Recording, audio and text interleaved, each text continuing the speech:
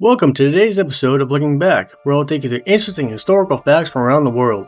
In today's episode, we'll look back at the Great Molasses Flood. On Wednesday, January 15th, 1919, the Boston Peer Distilling Company was storing a huge amount of molasses. What do we mean by huge? How about 2 million gallons? Ships would offload the molasses and store in a 50-foot tall, 90-foot diameter tank, so it could later be transferred by pipeline to an ethanol plant in Massachusetts. Why would you need to store that much molasses? Well, it can be fermented to produce ethanol, which is the main ingredient in alcoholic beverages and used for munitions. On Tuesday the 14th, just one day prior, a ship delivered a fresh load, which had been warmed to make the liquid thinner for easier transfer.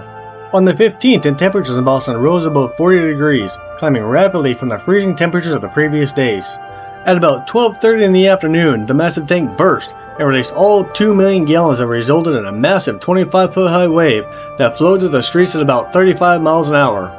The wave was so large that it threw big metal panels from the tank against the structure of the nearby railway and tipped a streetcar momentarily off its tracks. It also tore nearby buildings from their foundations and they were crushed.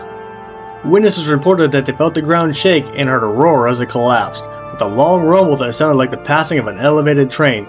Others reported a tremendous bang that sounded like the machine gun as a rivet shot out of the tank. Several blocks were flooded 2 to 3 feet deep, and the flood resulted in 21 deaths, many of whom were suffocated by the molasses or crushed by the debris. First to the scene were about 100 naval cadets from a training ship that was docked nearby at the playground pier. The cadets ran several blocks toward the accident and went into knee-deep flood to pull out survivors. Others worked to keep the onlookers from getting in the way of the rescuers. Soon after, the Boston Police, Red Cross, Army, and additional Navy personnel arrived. Some nurses from the Red Cross dove into the molasses, while others tended to the injured, keeping them warm and feeding the exhausted workers. Many worked through the night. Sadly, so many people got injured that doctors and surgeons set up a makeshift hospital in nearby buildings. Unfortunately, by day 4, they decided to stop searching.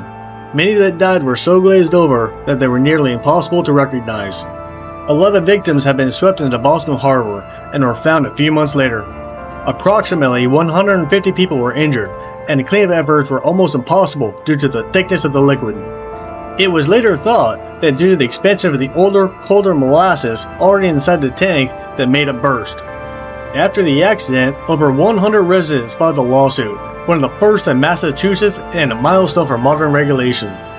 The company tried to claim that the tank had been blown up by anarchists because some of the alcohol produced was going to be used to make munitions, but later an investigator found that the company was responsible.